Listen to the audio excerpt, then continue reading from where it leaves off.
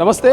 ప్రస్తుతం ఇవాళ గాంధీ భవన్లో పాలమూరు నాయకులు ఉన్నారు. ప్రస్తుతం మనతో పాటు పాలమూరు నాయకులు ఎమ్మెల్యే జి మధుసూదన్ రెడ్డి గారు ఉన్నారు. ఒకసారి మాట్లాడించే ప్రయత్నం చేద్దాం. ఓవైపు ప్రతిపక్షాలేమో చలో మేడిగడ్డ అంటే, అధికార పార్టీ నాయకులు మాత్రం చలో పాలమూరు అంటున్నారు. సో అసలు పాలిటిక్స్ జనాలు కూడా కన్ఫ్యూజ్ అవుతున్నారు, ఎవరు ఎక్కడికి వెళ్తున్నారు అనేది. సో ఎందుకు కన్ఫ్యూజ్ చేస్తూ ఉన్నారు జనాలు? గతంలో మీరు మేడిగడ్డ వెళ్ళినప్పుడు వాళ్ళు నల్గొండ వెళ్ళారు, ఇవాళ వాళ్ళు మేడిగడ్డ వెళ్తూ ఉంటే మీరు పాలమూరు వెళ్తూ ఉన్నారు. సో ఎందుకోసం? జనాలు ఏం కన్ఫ్యూజన్లో లేరు, చాలా క్లారిటీతో ఉన్నారు. జనాలు చాలా క్లారిటీతో ఉన్నారు కాబట్టి మొన్న వాళ్ళు టీఆర్ఎస్ వాళ్ళను ఓడగొట్టి ఇంట్లో కూర్చోబెట్టిర్రు. అయినా బుద్ధి లేకుండా సిగ్గు లేకుండా మళ్ళా ఇప్పుడు అరే చేసిన మోసాలు ఇవి అని చెప్పేసి కళ్ళ కట్టినారు, ప్రజలకు తెలియజేసినాం. మీరు మేడిగడ్డలో జరిగిన అవినీతి అక్రమాలన్నీ కూడా మీరు చేసిన అవినీతి, మీరు చేసిన అక్రమాలు, మీరు చేసిన నిర్లక్ష్యం వల్లనే ఈరోజు మేడిగడ్డ పరిస్థితి దాపురించింది. నిపుణులు చెప్పింది ఏవి పట్టించుకోలే. సో అవన్నీ కూడా వాస్తవాలన్నీ కూడా మేము మా ముఖ్యమంత్రి గారు మేమందరం కూడా మీ మీడియా మిత్రుల ద్వారానే మొత్తం పోయి ప్రజలకు తెలియజేసినాం. అవన్నీ కప్పిపుచ్చుకోవడానికి ఈరోజు మళ్ళీ చలో మేడిగడ్డ ఏ ముఖం పెట్టుకొని మేడిగడ్డ కూతున్నారని నేను ఈరోజు కేటీఆర్ గారిని నేను ప్రశ్నిస్తా ఉన్నా. మీ ఫాదరే కేసీఆర్ గారు మన నల్గొండలో ఏం మాట్లాడాడు? ఏం పని ఉందా మేడిగడ్డకు? బొందలగడ్డ, అది ఆ బొందలగడ్డకు ఏం పని ఉందా అన్నాడు. ఈ బొందలగడ్డకు నీ కొడుకుని ఎందుకు పంపుతున్నావు ఈరోజు అంటే?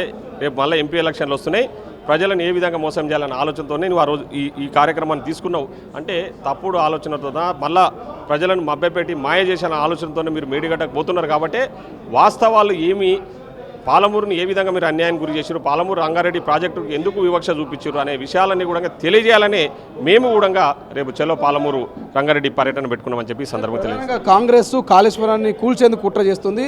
84 పిల్లర్లు ఉంటే 84లో కుంగినే 3 పిల్లర్లే. సో కానీ మొత్తమే దాన్ని పునరుద్ధరించకుండా కాంగ్రెస్ మొత్తం దాన్ని భూస్థాపితం చేసే ప్రయత్నం చేస్తున్నట్టు ప్రతిపక్షాలు. నేను అదే చెప్పబోతా ఉన్నా. ఈరోజు వాళ్ళకు మాటలు వచ్చు, అంటే మందిని మోసం ఏ విధంగా చేయొచ్చు అనే విధంగా మాట్లాడే మాటలు బాగొచ్చు కేసీఆర్ కానీ కేటీఆర్ కానీ.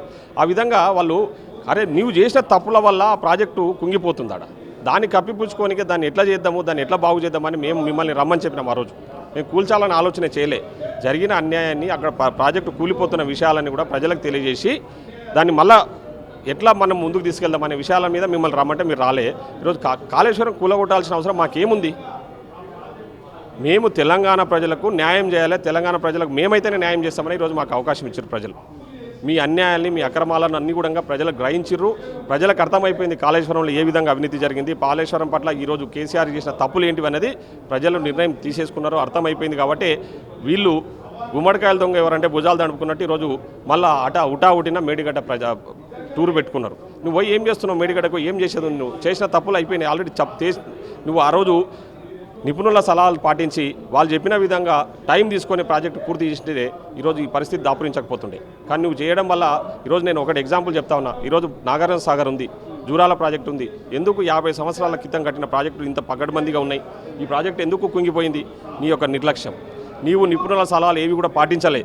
వాళ్ళు చెప్పిర్రు టైం తీసుకొని ప్రాజెక్టు పూర్తి చేద్దాము, తొందరపడి పూర్తి చేస్తే ఇబ్బందులు వస్తాయని చెప్పి. ఎందుకంటే టైం తీసుకుంటే వర్షాకాలం వచ్చినప్పుడు, వరదలు వచ్చినప్పుడు ఏమేం లీక్స్ ఉంటాయి, ఏమేం ప్రాబ్లమ్స్ ఉంటాయి అన్నీ కూడా రెక్టిఫై చేయొచ్చు.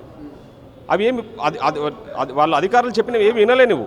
కేసీఆర్ గారు వాళ్ళ అధికారుల మాటలు వింటే ఈరోజు ఆ పరిస్థితి దాపురించేది కాదు.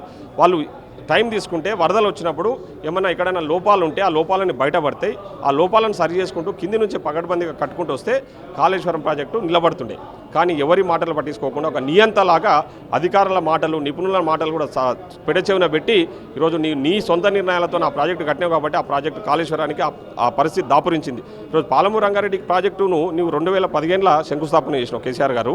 మా దగ్గర నా నియోజకవర్గంలో 3 సంవత్సరాలు పూర్తి చేస్తున్నావు.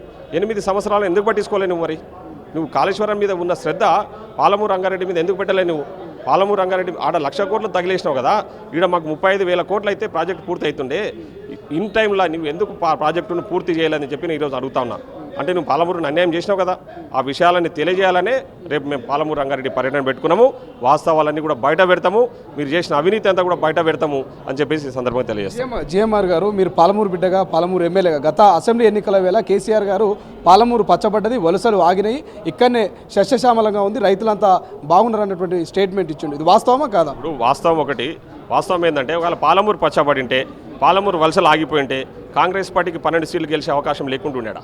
ఈరోజు 12 సీట్లు మేము గెలిచినామంటే అవుట్ ఆఫ్ 14 12 మంది మేము ఎమ్మెల్యేలను గెలిచినామంటే దానికి కారణం ఏంది? నీవు కేసీఆర్ అండ్ టీం వారి మంత్రులు, వాళ్ళ ఎమ్మెల్యేలు మొత్తం ఆడ అవినీతికి పాల్పడ్డారు, మోసం చేశారు మహబూబ్నగర్ను. అవినీతికి పాల్పడ్డారు, మోసం చేశారు కాబట్టి అక్కడ పాలమూరు ప్రజలు స్పష్టమైన తీర్పిచ్చి కాంగ్రెస్ పార్టీ ఎమ్మెల్యేలను అక్కడ గెలిపించారు. మీరు చెప్తున్నవన్నీ అబద్ధాలు. పాలమూరు నేను పాలమూరు బిడ్డగా నేను చెప్తా ఉన్నా, ఈరోజు పాలమూరుకు పారుతున్న నీళ్ళు ఏవైతున్నాయో అవన్నీ కూడా కాంగ్రెస్ పార్టీ అధికారంలో కట్టిన project, Kalwakurthy lift irrigation, Jurala project, Nettempadu, Koil Sagar, Sarala Sagar, ఇవన్నీ కూడా కాంగ్రెస్ పార్టీ అధికారంలో ఉన్నప్పుడు కట్టిన ప్రాజెక్టుల ద్వారా నీళ్ళు వస్తున్నాయి తప్ప టీఆర్ఎస్ అధికారంలోకి వచ్చినాక 2014 నుంచి 2023 వరకు కూడా ఒక ఎకరాకు అదనంగా మీరు నీళ్ళు ఇవ్వలేదని చెప్పి ఈ సందర్భంగా తెలియజేస్తారు. ఇవ్వలేదు కాబట్టి ప్రజలు మాకు అనుకూలంగా తీర్పిచ్చారు. ఈరోజు ఫైనల్గా ఒక మాట చివరగా, సో ఏం చెప్తారు, మీ ముఖ్య నాయకులు ఎవరైనా వచ్చే అవకాశం ఉందా? మంత్రులు కావచ్చు, ముఖ్యమంత్రి గారు రేపైనా చలో పాలమూరుకు వాళ్ళ షెడ్యూల్ బట్టి మేము అందరినీ కూడా ఆహ్వానిస్తూ ఉన్నాం. ఎవరు వచ్చినా మేమైతే మహబూబ్నగర్ ప్రాంతానికి సంబంధించిన ఆల్ ఎమ్మెల్యేస్, తర్వాత మా దగ్గర ఉన్న వంశీచంద్ర రెడ్డి గారు సిడబ్ల్యూసీ మెంబర్ అందరం కూడా రేపు పాలమూరు పర్యటనకు పోతా ఉన్నాం. మంత్రులు కూడా ఇంటిమేషన్ పెట్టినాం. వాళ్ళకి షెడ్యూల్స్ ఆల్రెడీ షెడ్యూల్స్ ఉండబట్టి వాళ్ళు ఫ్రీగా ఉంటే వాళ్ళు కూడా వచ్చే అవకాశాలు ఉంటాయి. Thank you so much. ఇది పాలమూరుకు కాంగ్రెస్ పార్టీ నాయకులు సర్వం సిద్ధం అవుతా ఉన్నారు. అటు మేడిగడ్డకు ప్రతిపక్షాలు వెళ్తే అధికార పార్టీ నాయకులు మాత్రం పాలమూరుకి వెళ్తాం. గత 10 ఏళ్ల పాటు కేసీఆర్ చేసినటువంటి అవినీతిని కావచ్చు, పాలమూరు ప్రజలు చేసినటువంటి అన్యాయాన్ని ఎండగడతామనే రీతిలో వాళ్ళైతే సర్వం సిద్ధం అవుతా ఉన్నారు. చూద్దాం రేపు పాలమూరు అటు మేడిగడ్డ ఏం చేయబోతా ఉన్నారు, ఏం జరగబోతున్నా అనేది. కెమెరా పర్సన్ అజయ్తో శ్రీశైలం, తొలి వెలుగు, హైదరాబాద్.